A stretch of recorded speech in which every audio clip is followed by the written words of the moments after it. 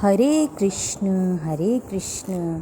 कृष्ण कृष्ण हरे हरे, हरे राम राम राम हरे हरे। अर्जुन श्री कृष्ण जी से कहते हैं कि मुझे ऐसा कोई साधन नहीं दिखता जो मेरी इंद्रियों को सुखाने वाले इस शोक को दूर कर सके। स्वर्ग पर देवताओं के आधिपत्य की तरह इस धान्य समस्त सारी पृथ्वी पर निष्कंटक राज्य प्राप्त करके भी मैं इस शोक को दूर नहीं कर सकूँगा। तात्पर्य यह है कि यद्यपि अर्जुन धर्म तथा सदाचार के नियमों पर आधारित अनेक तर्क प्रस्तुत करता है, किंतु ऐसा प्रतीत होता है कि वह अपने गुरु भगवान श्री कृष्ण की सहायता के बिना अपनी असली समस्या को हल नहीं कर पा रहा। वह समझ गया था कि उसका तथाकथित ज्ञान उसको उन समस्याओं को दूर करने में व्यर्थ है जो उसके सारे अस्तित्व को सुखाए दे रही थी।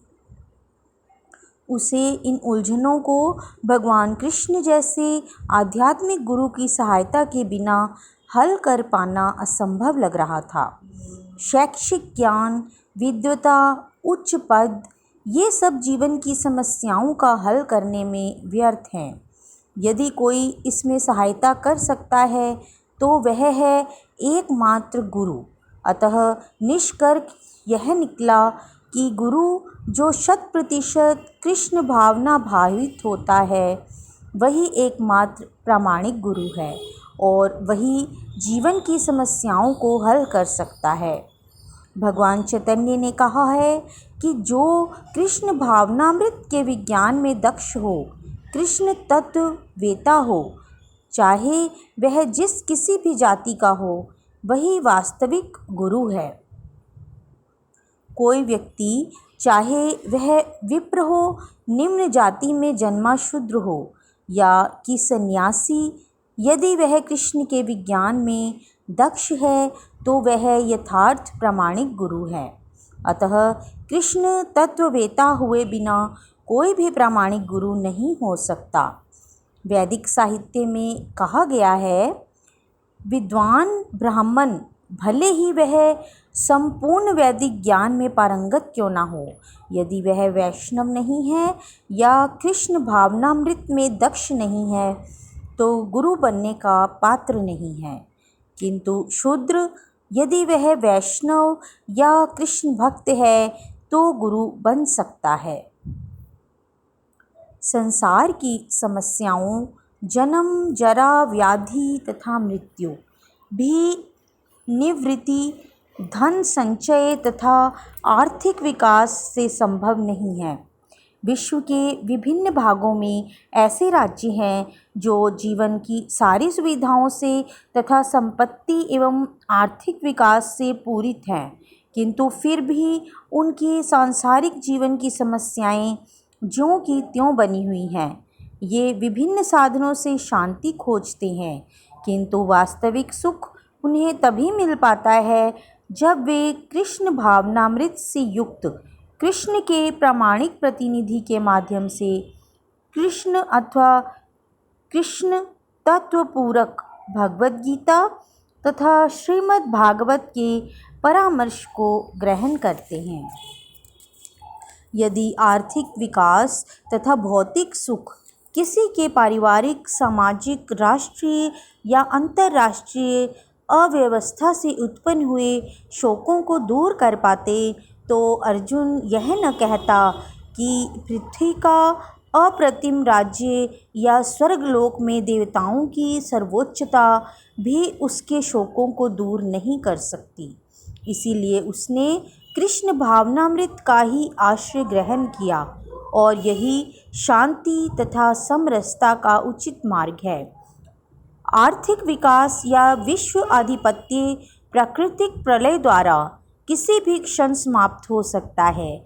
यहाँ तक कि चंद्रलोक जैसे उच्च लोकों की यात्रा भी जिसके लिए मनुष्य प्रयत्नशील है, एक झटके में समाप्त हो सकती है। भगवद गीता इसकी पुष्टि करती है। क्षिणे पुण्ये मर्त्य लोकम विशन्ति। जब पुण्य कर्मों के फल समाप्त हो जाते हैं तो मनुष्य सुख के शिखर से जीवन के निम्नतर स्तर पर गिर जाता है। इस तरह से विश्व के अनेक राजनीतिज्ञों का पतन हुआ है। ऐसा अधः पतन शोक का कारण बनता है। अतः यदि हम सदा के लिए शोक का निवारण चाहते हैं तो हमें कृष्ण की शरण ग्रहण करनी होगी, जिस तरह अर्जुन ने की। अर्जुन ने कृष्ण से प्रार्थना की कि वे उसकी समस्या का निश्चित समाधान कर दें, और यही कृष्ण भावनामृत की विधि है।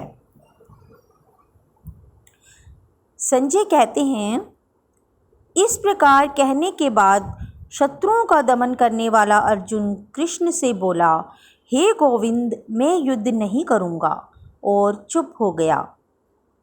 तात्पर्य है, धृतराष्ट्र को यह जानकर परम प्रसन्नता हुई होगी कि अर्जुन युद्ध न करके युद्ध भूमि छोड़कर भिक्षाटन करने जा रहा है, किंतु संजय ने उसे पुनः यह कह दिया और निराश कर दिया कि अर्जुन अपने शत्रुओं को मारने में सक्षम है। यद्यपि कुछ समय के लिए अर्जुन अपने पारिवारिक स्नेह के प्रति मिथ्या शोक से अभिभूत था, किंतु उसने शिष्य रूप में अपने गुरु श्री कृष्ण की शरण ग्रहण कर ली। इससे सूचित होता है कि शीघ्र ही वह इस शोक से निवृत्त हो जाएगा और आत्म साक्षात्कार या कृष्ण भावनामृत के पूर्ण ज्ञान से प्रकाशित होकर पुनः युद्ध करेगा। इस तरह धृतराष्ट्र का हर्ष भंग हो जाएगा।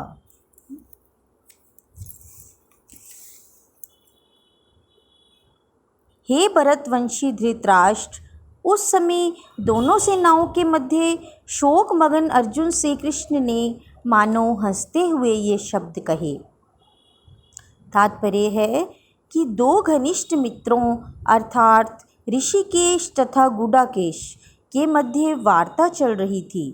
मित्र के रूप में दोनों का पद समान था, किंतु इनमें से एक स्वेच्छा से दूसरे का शिष्य बन गया। कृष्ण हंस रहे थे क्योंकि उनका मित्र अब उनका शिष्य बन गया था। सबों के स्वामी होने के कारण वे सदैव श्रेष्ठ पद पर रहते हैं।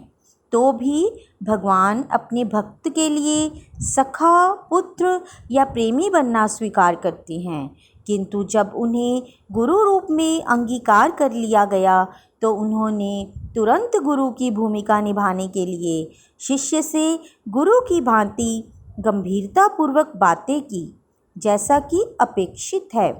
ऐसा प्रतीत होता है कि गुरु तथा शिष्य ही यह वार्ता दोनों सेनाओं की उपस्थिति में हुई, जिससे सारे लोग लाभान्वित हुए। अतः भगवद गीता का संवाद किसी एक व्यक्ति, समाज या जाति के लिए नहीं, अपितु सबों के लिए है, और उसे सुनने के लिए शत्रु या मित्र समान रूप से अधिकारी हैं। श्री कृष्ण गोविंद हरे मुरारी, हे नाथ नारायण वासुदेवा।